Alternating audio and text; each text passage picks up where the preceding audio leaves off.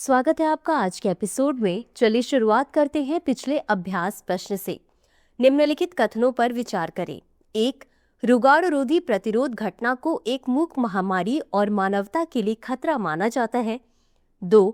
AMR के विरुद्ध भारत की पहली पंचवर्षीय कार्य योजना पूरी तरह सफल रही और अब देश में AMR का कोई खतरा नहीं है। उपर्युक्त कथनों में से कौन सा या कौन से सही है या सही है? A केवल 1, B केवल 2, C 1 और 2 दोनों, D न तो 1 और न ही 2।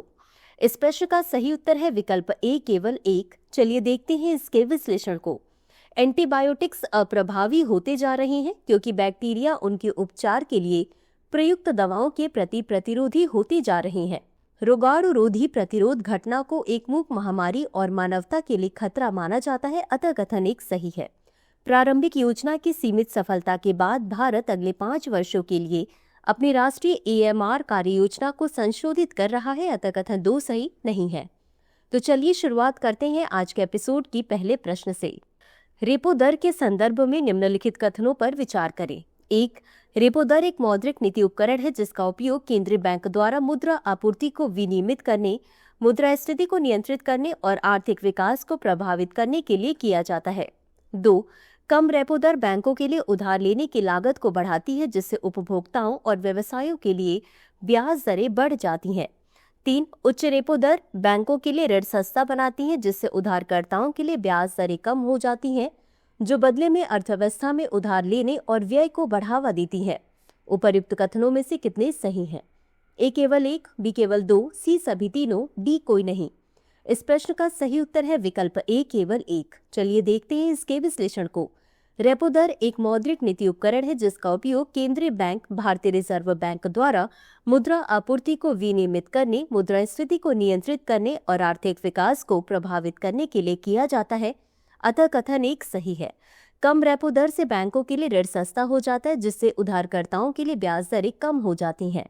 इसके परिणाम स्वरूप अर्थव्यवस्था में उधार लेने और व्यय बढ़ाने को प्रोत्साहन मिलता है, अतः कथन 2 सही नहीं है। उच्च रेपो दर से बैंकों के लिए उधार लेने की लागत बढ़ जाती है जिससे उपभोक्ताओं और व्यवसायों के लिए ब्याज दरें बढ़ जाती हैं जिससे अंततः अर्थव्यवस्था में उधार लेने और व्यय करने की गति धीमी हो जाती है, अतः कथन 3 सही नहीं है। अगला प्रश्न है, नागरिकता संशोधन अधिनियम 2019 के संदर्भ में निम्नलिखित कथनों पर विचार करें। 1. यह अधिनियम 31 दिसंबर 2014 को या उससे पहले पाकिस्तान, अफगानिस्तान और बांग्लादेश से भारत में प्रवेश करने वाले हिंदुओं, सिखों, बौद्धों, जैनियों, पारसियों व ईसाइयों को नागरिकता प्रदान करता है। 2. यह 6 समुदायों हिंदू, सिख, बौद्ध, जैन, पारसी और ईसाई के सदस्यों को विदेशी अधिनियम 1946 और पासपोर्ट अधिनियम 1920 के तहत किसी भी आपराधिक मामले से छूट देता है। उपर्युक्त कथनों में से कौन सा या कौन से सही है या सही है? A केवल 1, B केवल 2, C 1 और 2 दोनों, D न तो 1 और न ही 2। इस प्रश्न का सही उत्तर है विकल्प C 1 और 2 दोनों। चलिए देखते हैं इसके विश्लेषण को।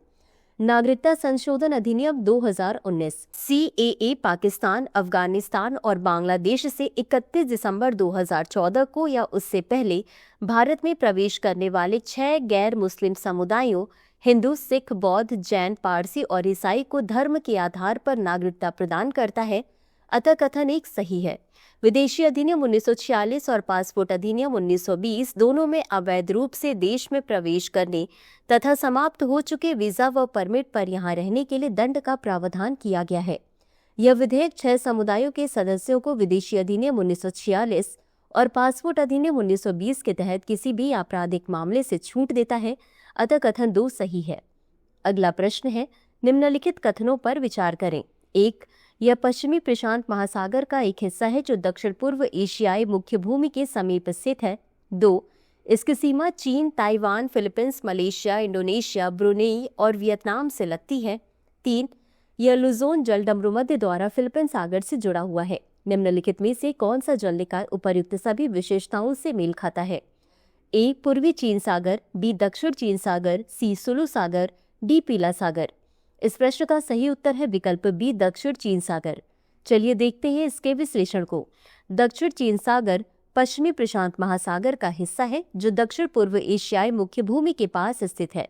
इसकी सीमा चीन, Taiwan, Philippines, Malaysia, Indonesia, Brunei और वियतनाम सहित कई देशों से लगती है। लुजोन जलडमरू मध्य इसे फिलिपीन सागर से जोड़ता है।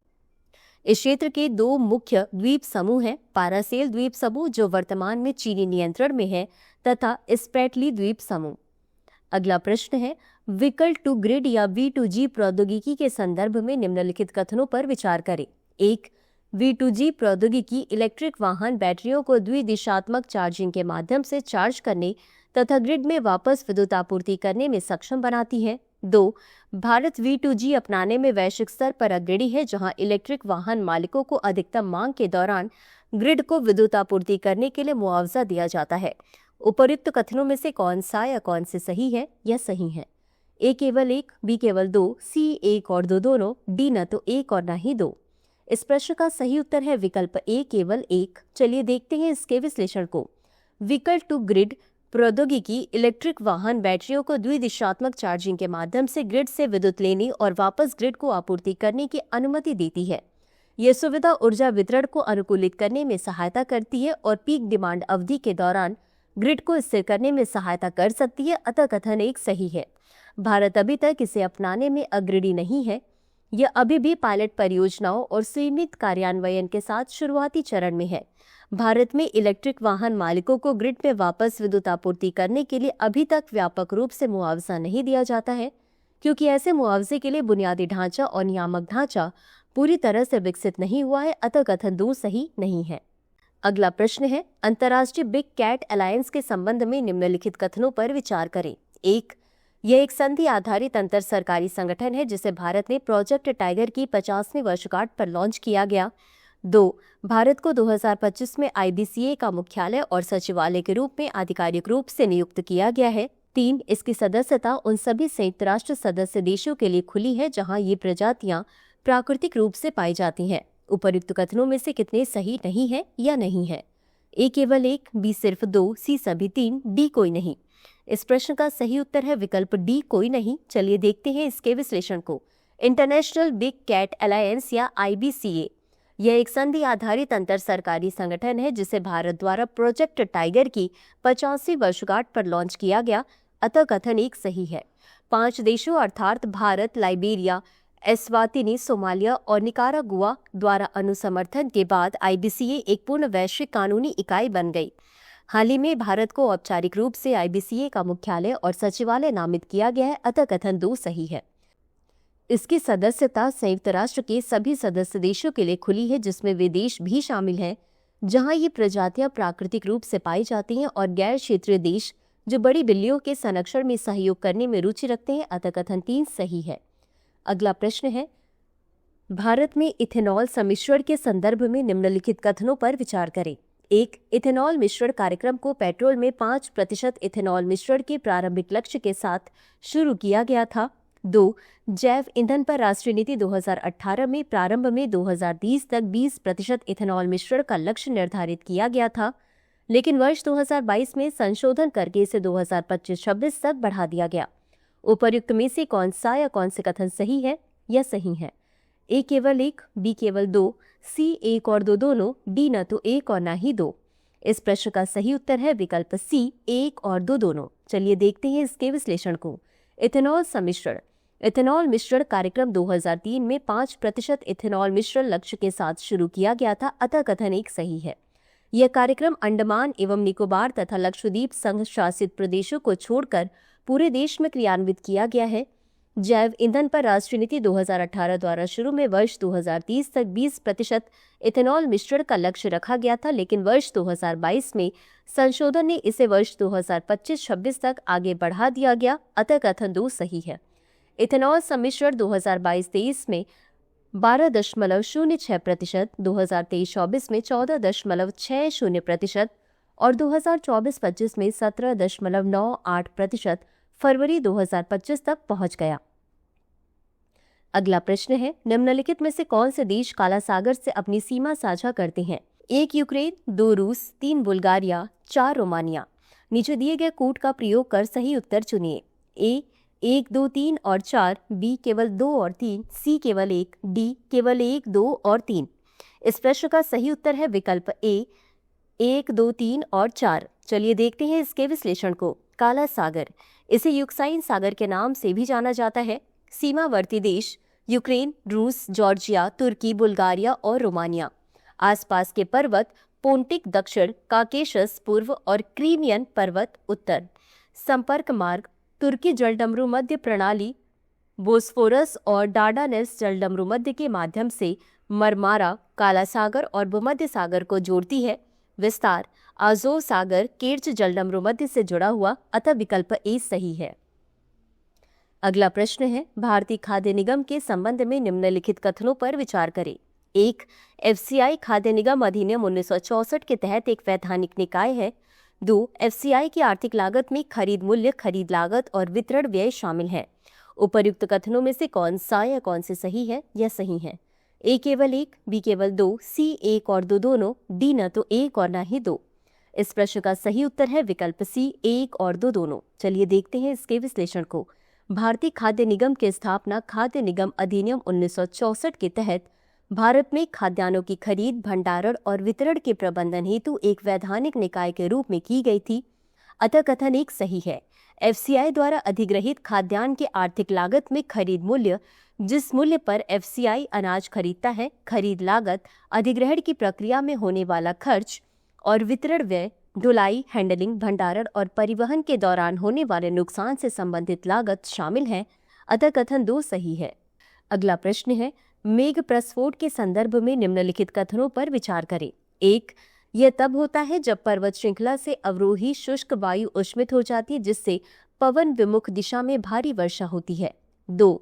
अपनी स्थानीय प्रकृति के कारण मेघ प्रस्फोट का पूर्वानुमान करना या उसका पता लगाना कठिन होता है, लेकिन इससे आकस्मिक विनाशकारी वर्षा हो सकती है, जिससे बाढ़ और भूस्खलन हो सकता है।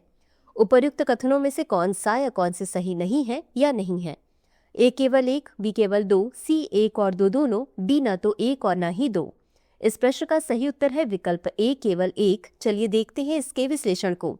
मेघ प्रस्फोट अथवा बादल फटने का आशय एक ऐसी आकस्मिक तीव्र वर्षा से है जिसके परिणाम स्वरूप एक सीमित क्षेत्र लगभग 10 वर्ग किलोमीटर में 1 घंटे से भी कम समय में 10 सेंटीमीटर से अधिक वर्षा होती है। आर्द्र वायु का किसी पर्वत श्रृंखला पर उत्थापन होने पर यह घटित होता है। वायु के निरंतर उत्थापन से इसका ठंडा होकर संघनन होना जारी रहता है, जिसके परिणाम स्वरूप भीषण वर्षा होती है, अतः कथन 1 सही नहीं है। इसके साथ ही ओलावृष्टि और मेघ गर्जन की भी संभावना रहती है। पर्वतीय क्षेत्रों, विशेष रूप से हिमालय में बादल फटने की घटना सामान्य है। इस घटना की उत्पत्ति की प्रवृत्ति स्थानगत होने के कारण बादल फटने का पूर्वानुमान करना अथवा उसका पता लगाना कठिन होता है, लेकिन इससे आकस्मिक विध्वंसकारी वर्षा हो सकती है, जिससे बाढ़ और भूस्खलन की घटना हो सकती है, अतः कथन 2 सही है। तो चलिए अंत में देखते हैं आज के अभ्यास प्रश्न को। निम्नलिखित कथनों पर विचार करें। 1. संविधान में मुख्यमंत्री की नियुक्ति की प्रक्रिया स्पष्ट रूप से निर्धारित की गई है। 2. संविधान के अनुच्छेद 164 में कहा गया है कि मुख्यमंत्री की नियुक्ति राज्यपाल द्वारा की जाएगी। 3. संविधान में मुख्यमंत्री की नियुक्ति से पहले विधानसभा में बहुमत साबित करने का प्रावधान नहीं है। उपर्युक्त कथनों में से कितने सही नहीं है? ए केवल 1, बी केवल 2, सी सभी तीनों, डी कोई नहीं। इस प्रश्न का उत्तर कमेंट बॉक्स में जरूर दें। आज के लिए बस इतना ही। धन्यवाद। डियर व्यूअर्स, अपने एग्जाम की तैयारी को और बेहतर करने के लिए हमारे चैनल को लाइक, शेयर और सब्सक्राइब करना न भूलें।